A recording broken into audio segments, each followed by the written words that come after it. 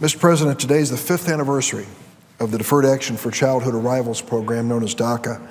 DACA provides temporary legal status to immigrant students who arrived in the United States as children and infants if they register with the government, pay a fee, and pass a criminal background check. The program is based on the DREAM Act, a piece of legislation which I introduced 16 years ago in 2001. That legislation gave undocumented students who grew up in this country a chance to earn a path to legal status and citizenship. These young people have come to be known as dreamers. What used to be a word reserved for rock and roll groups is now a word that has become part of our common language to describe an immigration challenge and opportunity. These dreamers came to the United States as children. They are American in every way except for their legal immigration status. We've already invested a lot of money in these kids. We educated them, we made them part of this country, and it makes no sense to squander their talents by deporting them at this moment in their lives. In April 2010, I sent a letter to President Obama. Dick Lugar, the Republican senator from Indiana, joined me. On a bipartisan basis, we said to President Obama, stop deporting these young kids. They did nothing wrong. Their parents made the decision to come here. Give them a chance. The president responded, it's now clear that the DACA program he created by executive order has been a dramatic success. More than 780,000 dreamers have come forward and received DACA protection and status. That has allowed them to contribute more fully to this country as students, as teachers, as nurses, as engineers, as entrepreneurs. A recent study by the Center for American Progress finds that ending DACA, saying to these 780,000 young people that they're no longer part of America, would cost us. It would cost our economy over $400 billion in gross domestic product over the next 10 years.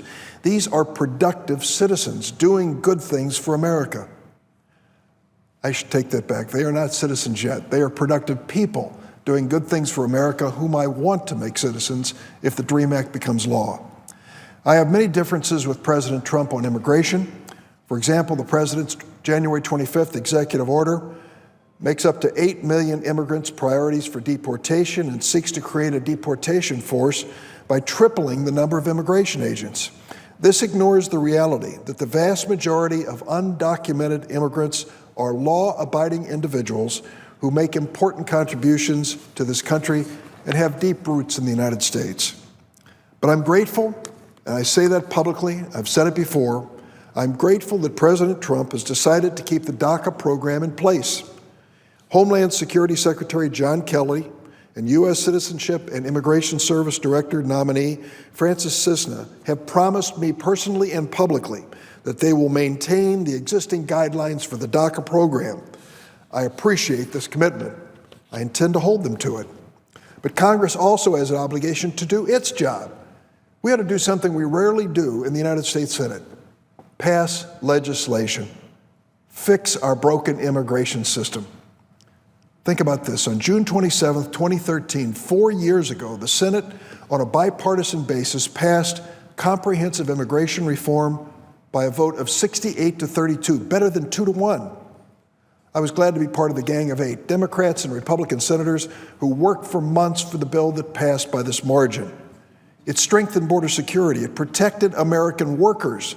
It established a tough but fair path to citizenship for 11 million undocumented people in this country. Unfortunately, the Republican majority in the House of Representatives would not debate it, would not consider it, would not bring it for a vote, and it died in the U.S. House of Representatives. If they'd done their job, their work, it would have passed with a bipartisan majority. President Obama would have signed it into law.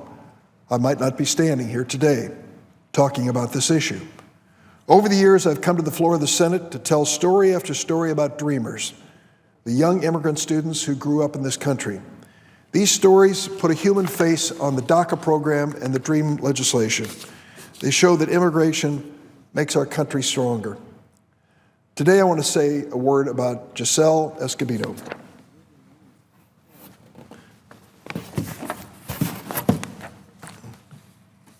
This is Giselle. She came to the United States at the age of 3. Her family immigrated from Mexico. She grew up in my home state of Illinois, in the town of Cicero. Honors student in the high school she attended, in their gifted program. She was also had a big responsibility personally.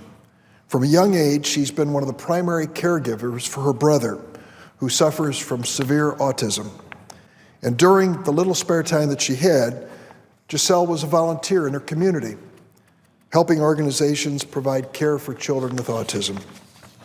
As an undocumented student, though, Giselle was not eligible for any federal assistance to go to college. But as a result of her academic achievements in high school, she received a private scholarship to attend the University of Illinois at Chicago. As a college student, Giselle was a writing tutor and a leader in student organizations for future teachers.